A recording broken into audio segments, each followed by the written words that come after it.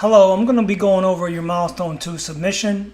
And you, for some reason, you didn't really follow my suggestion on the head count. So, and that's fine. That might be you wanting to basically deviate from kind of the look here. But, just keep in mind that having her so many heads tall kind of works against this nice stylized look that you're working for. So it brings her this elongated kind of feel, works better with a realistic look. So I definitely think that you would definitely benefit from just kind of having her head and the overall proportions a little bit closer to the reference. I think it just works better. And let's so besides that, let me actually check your arms, because in the reference they should fall about here, kind of almost mid thigh. So let's see here. I'm gonna take her, and for this I'm gonna have to bend her arm. So let's do a little bit of masking.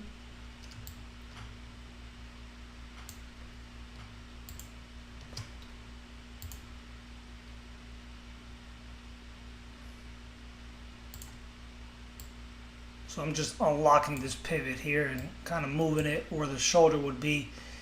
And if I lock this down and reverse the mask.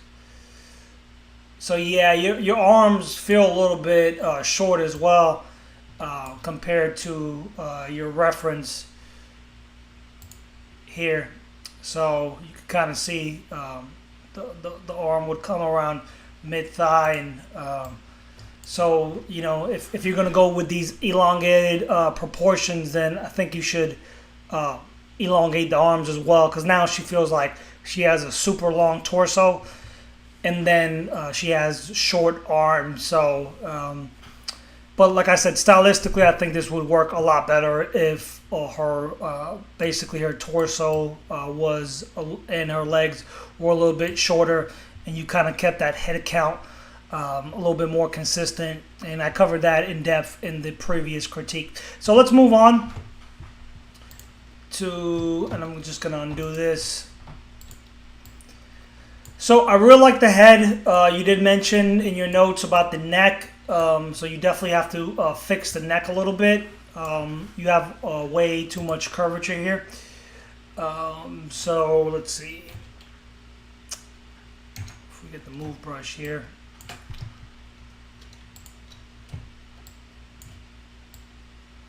So I think the neck should have less of that taper that you're going for.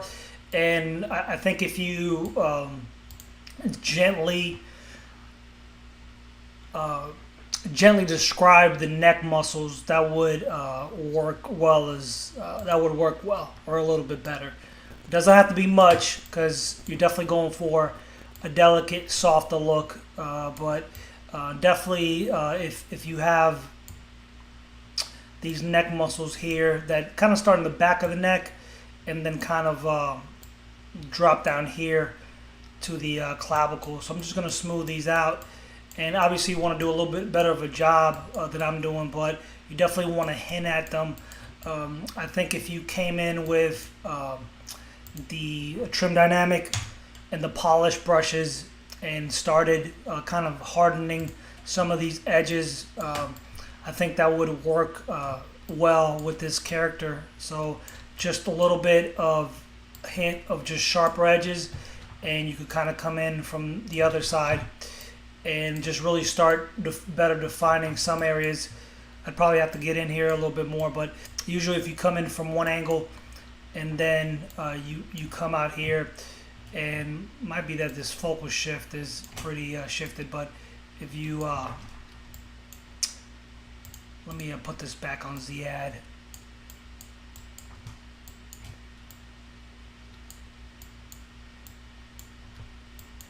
So you could kind of play around with this and then maybe softening it up a little bit. Also, the dam standard is a good tool for making or accentuating some lines. So you could go in here and use the dam standard a little bit to define some things. Same thing with the face. You could come in here and I think if you define these planes a little bit better, that would work. But you could go in here and if you really wanted to sell some of these lines or areas, you could definitely go in there and just with the dam standard just make little lines, and that's going to really just help bring out those shapes a little bit more. Doesn't have to be a lot. You don't have to overdo it. You could always smooth the results out. I think the same thing with the the sharpening. It can be done with the lips here. So you can go in here and start really just looking at some planes of the lips. And this thing is way too strong, so I need to dial down the intensity quite a bit.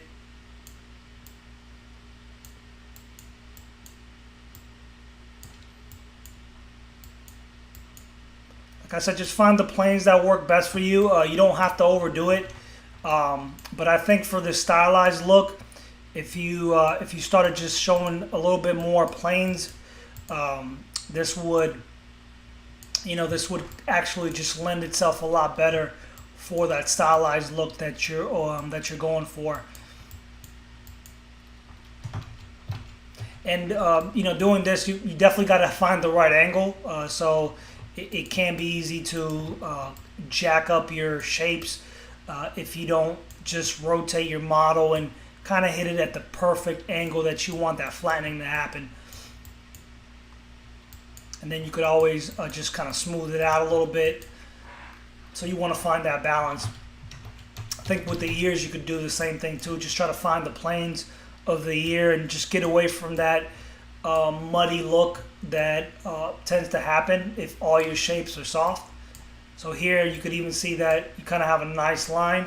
You could come in here and just accentuate some of the lines that you find within your sculpt, and I think that would really work. So let's move on. Overall, I definitely like her face. I think maybe bringing her in a little bit as far as the chin goes. Maybe just something like this, kind of have more of that diagonal instead of her face kind of being more out. And I think if you maybe started curving her nose a little bit, it'd give her kind of that cuter button nose look. I think the proportions of the body here need to be adjusted a little bit of the neck.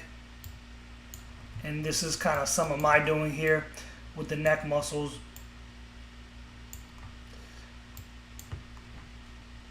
They should probably be a little bit more flat. And obviously, once you, I'm assuming you're gonna connect these and then agree to apologize. So you're definitely gonna have to work on this connection. Let's move on to the hair.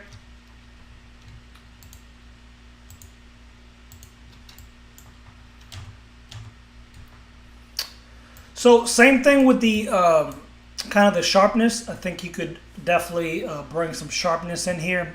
You could use a dam standard. You could use a trim dynamic and just really sharpen some of these areas up. Horn, same thing. I think you could use the dam standard, kind of accentuate these shapes, and then hit this with the trim dynamic or the polish brushes to really just give it kind of some sharper edges.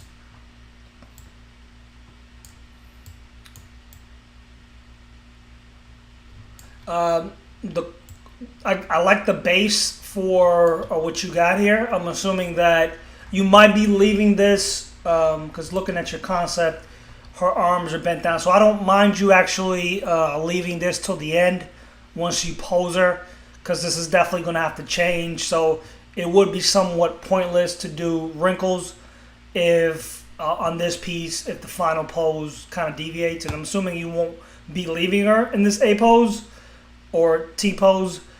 So it just really depends. If you are, then yeah, I would kind of accentuate or start building out some folds.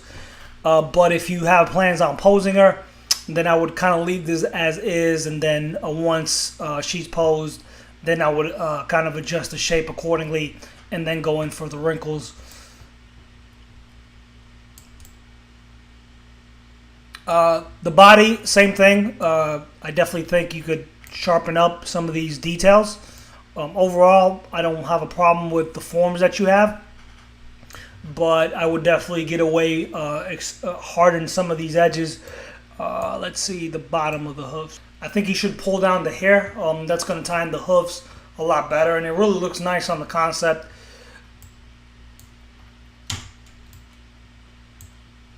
This looks really good. I like kind of the execution of this, and I think if you actually, this is actually almost perfect as far as I was saying. So this looks sharp, clean.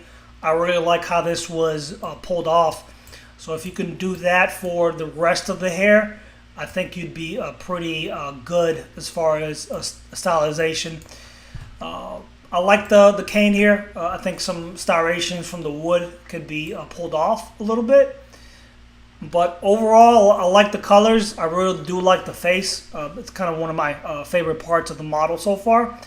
I think just overall, it just needs to be sharpened a little bit, cleaned up, get away from the muddy look. I would strongly suggest that you adjust the proportions, like I mentioned in the first milestone. And overall, I think you're on the right track, and look forward to seeing it next week.